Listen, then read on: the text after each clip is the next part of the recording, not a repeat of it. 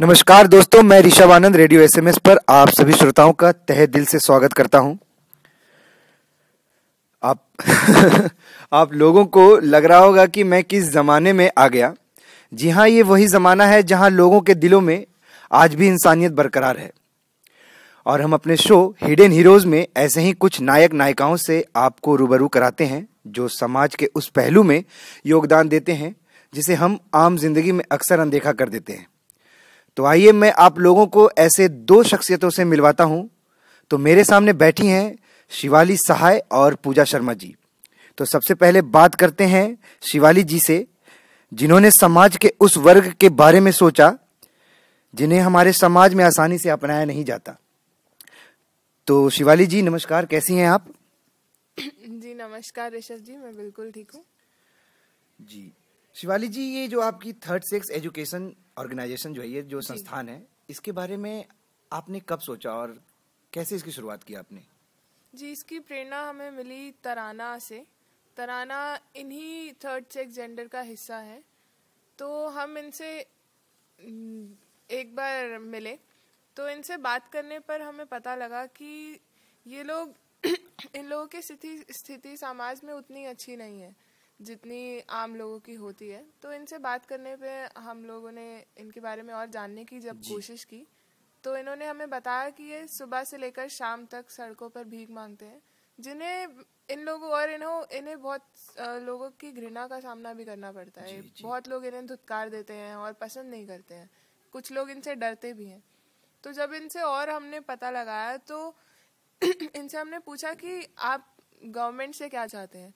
तो वो गवर्नमेंट से भी नाखुश दिखाई दिए। ऐसा लग रहा था उनकी बातों से सुनकर कि उनको किसी चीज़ के बारे में कुछ भी नहीं पता। तो जब हमने और जानने की कोशिश की तो हमें पता लगा कि उन लोगों ने कोई बेसिक एजुकेशन तक भी हासिल नहीं की है। बेसिक एजुकेशन जी। तो हमारा मकसद सिर्फ यही था कि उनको कम से कम बेसिक एजुकेशन हम पहुंचा सके, जिससे उनकी कम से कम समाज के प्रति अपने प्रति अवेयरनेस बढ़े और वो अपने लिए कुछ कदम उठा सके। जी। तो शिवाली जी, आप बताएं कि ये जो आपकी संस्थान है जी, इसमें कितने लोग, आपकी टीम में कितने मेंबर्स हैं और वो किस तरह से काम करती है? जी हम 30 से 35 लोग हैं। जी 30 से 35। जी, उन लोगों के अपने अपने कन्वीनियंस के हिसाब से, तो वो वहाँ उन एरियाज में जाते हैं और उनको पढ़ाते हैं और इतनी कोशिश करते हैं कि कम से कम वो हर रोज़ का अखबार पढ़ पाए, जिससे उनको दिन प्रतिदिन क्या हो रहा है ये सब के बारे में उनको खबर रहे। तो आप बताएं शिवाली जी कि ये जो आपकी संस्था है, ये कहाँ, सिर्फ दिल्ली में ही काम कर रही है कि भारत में और कहीं भी इस संस्था ने अपने काम करने शुरू कर दिए? जी, अभी ये संस्था हमारी दिल्ली और एनसीआर के जगह तक ही सीमित है और इस शो के द्वारा हमारी यही उम्मीद है कि और लोग इन सब के बारे में जानें और हमारे साथ जुड़ें, जिससे हम इसको दिल्ली से बाहर और पूरी इंडिया में हम पहुंचा पाए। जी, अवेयर कर सके। जी जरूर। तो अभी तक ऐसे कितने लोगों को आपने मोटिवेट किया है, पढ़ाया है, आपकी टीम ने बेसिक एजुकेशन के तौर पर बनाया है? इससे हमारे साथ करीब 1000 से 1500 लोग इस तरह से जुड़े हैं जो हमारी इस मतलब संस्थान से अपनी सर्विसेज हम जिन्हें दे पा रहे हैं। जी, आपकी सोच मुझे बहुत अच्छी लगी शिवाली जी, और मैं आशा करूंगा कि आप इसी तरह से आगे बढ़े और आपकी संस्था खूब नाम कमाए। आपसे मैं धन्यवाद लेता हूँ। जी जी। और अगले नायिका जिनका नाम पूजा शर्मा है, मैं श्रोताओं आपको इनसे अब रूबरू करवाता हूँ। जी पूजा जी नमस्कार, कैसी हैं आप? नमस्कार ऋषभ जी, मैं अच्छी हूँ, आप बताओ आप कैसे हो? जी मैं बहुत अच्छा। तो पूजा जी, ये जो आपकी संस्था है जी हाँ, टॉय बैंक नामक, जी, इसकी शुरुआत आपने कहाँ से की और कैसे की? क्या सोच थी इसके पीछे की? सोच बहुत बड़ी नहीं थी। हर वो इंसान जो अपने घर में बैठे रहते हैं, वो अगर आम आदमी आधे घंटे भी समाज के बारे में सोचे तो एक नई सोच पैदा लेती है। हम जानते हैं हमारे समाज में बहुत सारी ऐसी चीज़ें हैं जिस पे नज़र डालना बहुत ही ज़रूरी है। जी जी। उसमें सबसे बड़ी चीज़ आती है गरीब बच्चे जो होते हैं।